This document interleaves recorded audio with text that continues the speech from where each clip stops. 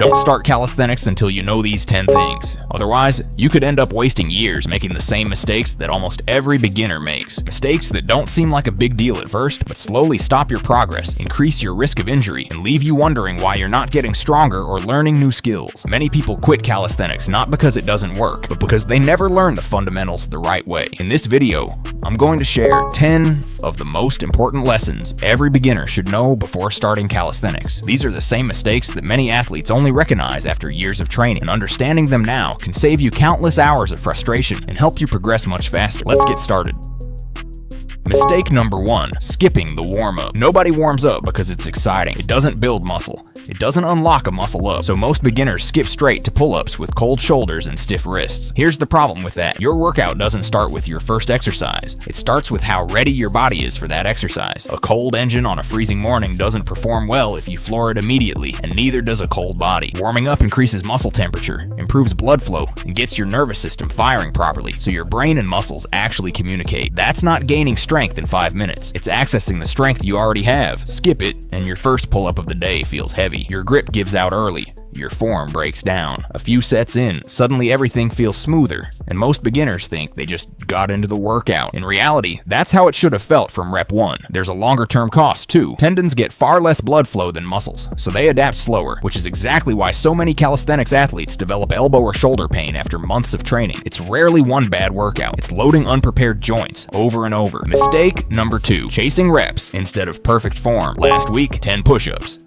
This week, 20. Feels like progress, but were all 20 actually good reps? Or did the last 10 just find easier ways to cheat the movement? If you practice free throws with broken form every day, 1,000 bad shots wouldn't make you a great shooter. It'd make you an expert at missing correctly. Calisthenics works the same way. Every rep teaches your nervous system a movement pattern. Clean reps teach efficient force production. Sloppy reps teach your body bad habits that get harder to unlearn the more you repeat them. Full range of motion trains your muscles through both their strongest and weakest points. Cut every rep short, and that stress shifts onto your joints and momentum instead, which is why plenty of beginners develop wrist or elbow pain while thinking they're training hard. And here's the part that surprises people. The athletes doing fewer, cleaner reps almost always end up stronger than the ones chasing numbers. Mistake number 3, training to failure. Every single set, arm shaking, one last ugly rep, collapse on the floor. Great workout, right? This is one of the most common misconceptions in fitness, that exhaustion equals progress. It doesn't. Progress comes from how well you recover, not how wrecked you get. Every hard set fatigues your muscles and your nervous system. Push every set to true failure,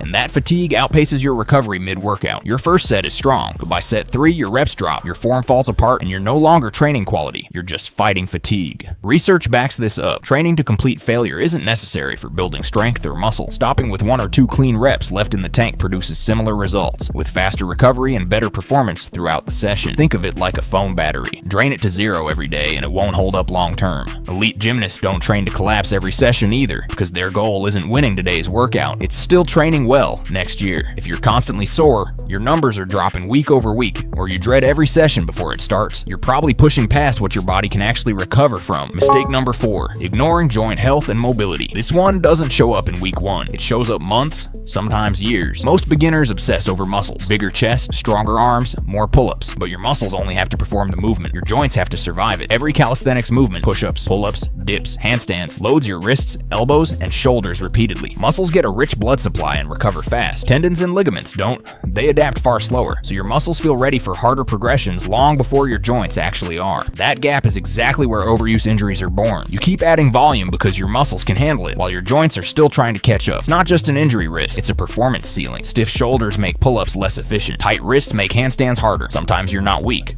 You're simply unable to move through the position your body needs. Mistake number 5, not tracking your progress. Quick gut check. What did you do in your last workout? Exact sets? Reps? How it felt? If you can't answer that, you're driving without a map. Moving, sure, but with no idea if you're actually headed anywhere. Here's how this quietly wrecks people. You finish a workout feeling amazing because you hit 40 push-ups, except 2 weeks ago you did 50 with better form. That great workout was actually a step backward, and you'd never know it without tracking. This is also why progress isn't only about doing more reps. Slower, more controlled pull-ups, a deeper push-up range, 5 extra seconds on your handstand, shorter rest between sets. These are all real signs of getting stronger, and they're exactly the kind of small wins that are invisible in the moment but obvious on paper. Numbers tell the truth when when your energy and mood that day don't. Mistake number 6, progressing too fast. Weeks in, push-ups get easier, pull-ups pile up, and suddenly you're thinking, maybe I'm ready for muscle-ups. Maybe it's time for weighted training. Here's the trap. Your muscles adapt fast, often within a few weeks, largely from your nervous system getting more efficient at recruiting fibers. But tendons and ligaments get far less blood flow, so they adapt on a completely different, much slower timeline. That creates a gap. Your muscles feel ready for harder work. Your connective tissue hasn't caught up. That gap is exactly why so many beginners develop elbow or wrist pain after a few months. Not from one bad session, but from weeks of raising difficulty faster than their body could actually adapt. The basics aren't beginner exercises. They are the foundation for every advanced skill you'll ever attempt. Mistake number 7, comparing yourself to others. This is the one mistake that has nothing to do with your training, and it might be the fastest way people quit anyway. Open Instagram for 5 minutes and you'll see effortless muscle-ups, planches, one-arm pull-ups, inspiring and dangerous. Because what you're watching is a highlight reel. Years of work compressed into 30 seconds. You never see the failed attempts, the plateaus, the thousands of ordinary sessions before that one clip. Without realizing it, you start comparing your day 1 to someone else's year 10. And no matter how hard you train, you'll feel like you're behind. Mistake number 8, copying advanced workouts. Instead of a beginner program, you watch someone crush a one-arm pull-up, then show you the exact program they follow. Obvious next move. Copy it, right? Except that program wasn't built to create an advanced athlete. It was built to maintain one. Handing a Formula 1 training plan to someone who just got their license doesn't make them a race car driver. It just guarantees they fail fast. Every advanced athlete built the foundation you're trying to skip. Push-ups before planches, pull-ups before muscle-ups, wall handstands before freestanding ones. What you're watching is the final chapter, not the beginning. Beginners who spend their sessions attempting skills they're not ready for just fail repeatedly and skip the strength work they actually need. This is progressive overload in action. Your body adapts best to gradually increasing challenge. Mistake number 9, ignoring recovery. Here's a belief that quietly wrecks more beginners than any bad exercise. Thinking growth happens during the workout. It doesn't. Every set is controlled damage, small stress signals telling your body, get stronger next time. But the actual adaptation happens afterward. While you sleep, while you eat, while you rest. Training plants the seed. Recovery is the water and the sunlight. Skip it, and nothing grows no matter how hard you trained. Sleep specifically is doing more work than people give it credit for. Growth hormone release, tissue repair, nervous system recovery all happen during deep sleep. Mistake number 10, inconsistency. Everything you've read so far doesn't matter if this last one isn't fixed. Perfect program, perfect form, perfect recovery plan. None of it works without consistency. Here's the familiar pattern. Motivational video. 6 days straight, unstoppable for 2 weeks, then life happens. One missed workout becomes 3, 3 becomes a month, and the conclusion most people reach is the wrong one. I guess I'm just not talented enough. Talent was never the problem. Consistency was.